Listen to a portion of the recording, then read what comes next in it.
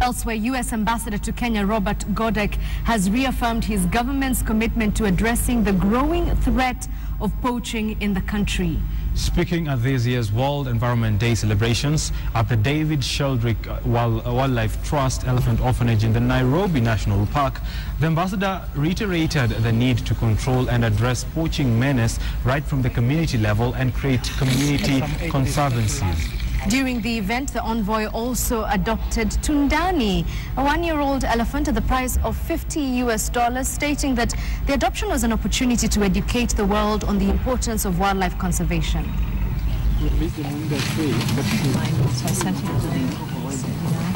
Raising an elephant, it's quite an expensive thing, but the good news is, I think, that this adoption program offers an opportunity for people all over the world to learn, to contribute, to help, to assist, to address this problem, which really has become so serious here in Kenya and in so many other places. And, you know, elephants are a critical part of the ecosystem. They're a critical part of certainly the environment here in Kenya and so many other places, and protecting them is just essential. First Lady Margaret Kenyatta, together with Somalia's First Lady Kamar Omar Ali, marked World Environment Day by planting trees at the Sagana State Lodge. Now, the First Ladies reaffirmed their commitment to conserving the environment in line with this year's theme of Think, Eat, Save and Drink at the anti-food waste and food loss campaign that encouraged everyone to reduce the carbon footprint. UNDP says that an average of 1.3 billion tons of food is wasted annually, which is equal to the amount of food produced in sub-Saharan Africa. Margaret Kenyatta has been at the forefront in the campaign to create awareness for environmental conservation efforts in the country.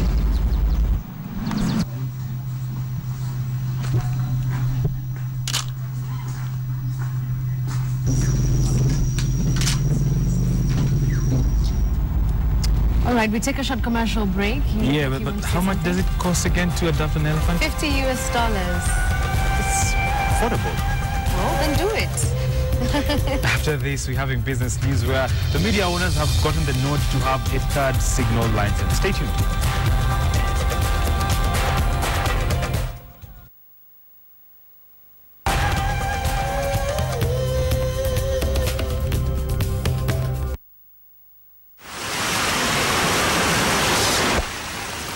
Giving you more convenience.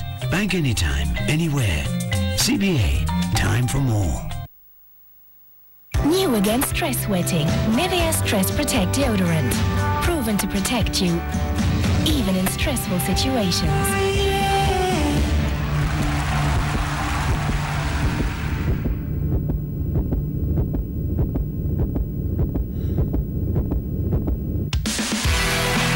No stress sweating, no body odor. Extra deodorant protection to pass every stress test. New Stress Protect from Nivea. Are you ready? Kisumu City, for the first time, Kenya Kona Comedy Night, hosted by Mushamba, Jalango, Otoyo, live at Imperial Hotel on Saturday 8th from 8 p.m. to 11 p.m. Featuring Yo, Otholo Thol, Okal, among others. Sasa wewe ni nani? Mini Ruto. Okay.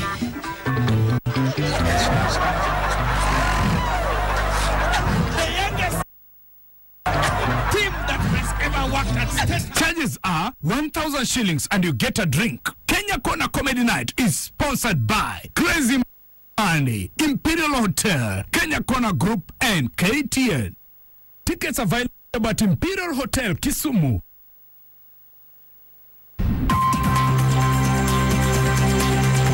Alvieri made a call. The important thing is for you to talk to Julio. I was thinking of calling him and asking him to come over. Julio? The audio equipment is missing. Did you tell the police? It might have been Natalia who took it. I need you to give me a divorce. I want to go back to Said. Are you sure? Tell me you disowned me 3 times. I beg of you. I disown you. I disown you. I disown you.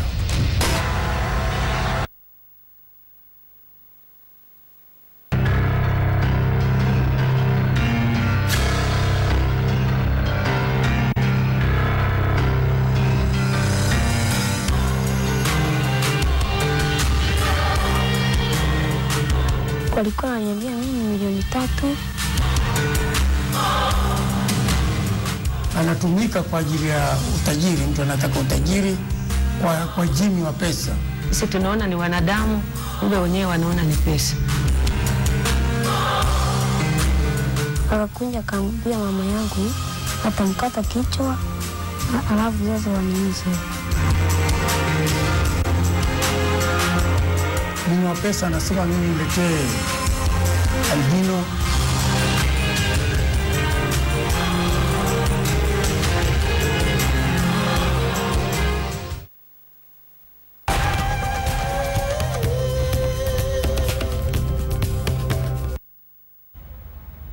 Welcome back. What's making news in business? Now, the government has consented to grant a 3rd digital distribution license to local media owners, bringing to an end the protracted battle between media owners and the industry regulator, that is the Communications Commission of Kenya.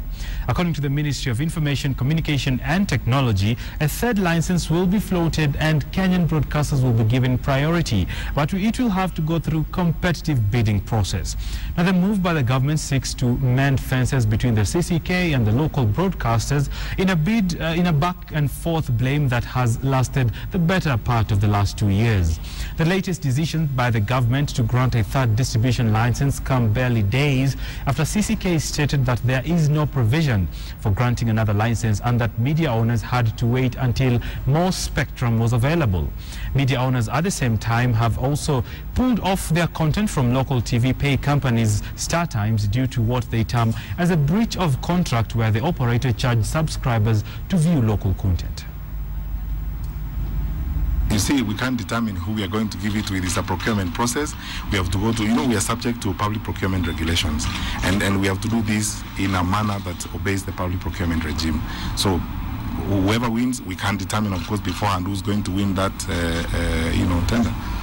Firstly, there isn't a dispute between CCK and media owners. What the government has said today categorically is that a 3rd license will be issued, and the Media Owner Association welcomes that because we believe that it is important that we are given the 3rd license. And I have stated in my statement earlier on that we are ready and we are willing to go through a competitive process because we know that definitely we will be victorious in that endeavor. Right, interesting tug of war between CCK regulator and media owners. I mean, the battle that I'm seeing, especially on social media, they're saying that we're taking a step forward and 2 steps back, especially with that whole thing of having a competitive bid. Right, and also the fact that you're competing local companies against multinationals, totally unfair. Oh well, the debate has only just begun, and I'm sure the business desk will cover that story extensively. But to sports now, and Kenya, who rather painfully lost to Nigeria by a solitary goal in a FIFA World Cup qualifier yesterday, has dropped 1 place down from number 122 to 123. According to the latest World FIFA rankings, Africa's top team, Ivory Coast, also dropped from position 12 to the 13th. Ghana and Mali were the biggest gainers, with the Black Stars climbing up 1 position. Mali jumped up 3 positions to number 3 in Africa and 23rd in the world. Kenya is now 123rd in the world, down from 122nd and 34th in Africa. Mauritius and Madagascar climbed up 4 places each, while Gambia dropped 15 places. The first top 4 countries in the world rankings retained their positions, but the Netherlands overtook Portugal, who dropped 1 position. England dropped by 2 positions, as did Brazil, who dropped 3 places. Call me an idealist, but I live to see the day when Kenya is top ranked anywhere in football. Elsewhere, second-ranked Thomas Longosiwom will be seeking to take control of the 5,000-meter race during the 5th leg of the IAAF Diamond League in Rome tonight. Longosiwom has accumulated 2 points so far in the series. 1,500 meters leader Isabel Kiprop is listed to compete tonight in a race that the world record holder of 800-meter David Rudisha has skipped. Multiple Olympic gold medalist Usain Bolt will come face-to-face with Justin Gatlin of the United States. Edwin Soy, who last weekend upset Olympic champion Mo Farah in Eugene, Oregon, is listed in the men's 5,000 meters, where he has Thomas Longosiwa, Geoffrey Arusei, John Koech, Geoffrey Kirui, Isaiah Kiplagat Koech for company. Asbel Kiprop, who has so far won 2 events and leads the 1500 meter standings, has opted for the shorter race, the 800 meters, where he has Job Kinyor, Timothy Kitum and Abraham Chirchir to compete with, among other opponents. 800 meters leader David Rudisha will skip the 5th round. The women's 1500 meters race has a strong list comprising Nelly Jepkosgei, Viola Kebiwot, Nancy Jebet Lagat and Faith Kipyegon. Lydia Jepkirui, Milka Chemos, Gladys Kipkemboi, Virginia Nyambura and Lydia Chebet headline the women's 3000 meter steeplechase. Multiple Olympic gold medalist Usain Bolt of Jamaica will have his first European outing of the year in the famous Olympic Stadium, where he set a meeting and venue record of 9.76 seconds a year ago, and there is huge anticipation to see the great man in the flesh and witness him in action. Justin Gatlin will be his competitor.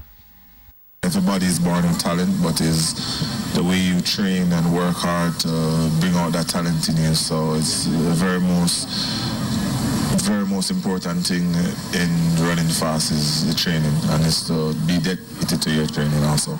I just want to keep the momentum going from my good races this year already, and I think that Rome is the next spot for me to drop my time even lower. So I've been 988, been 990, so I'm ready for even faster times.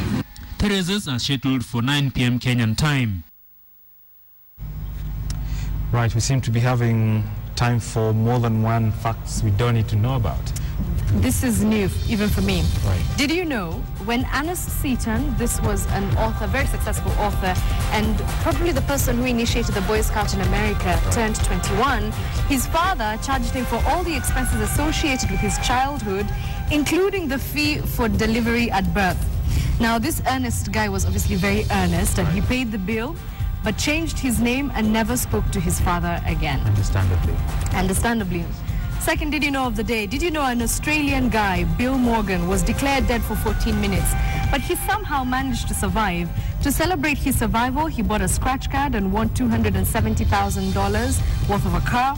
The media then asked him to reenact the scratch card moment because they hadn't caught it on tape, and then he won another $250,000 jackpot.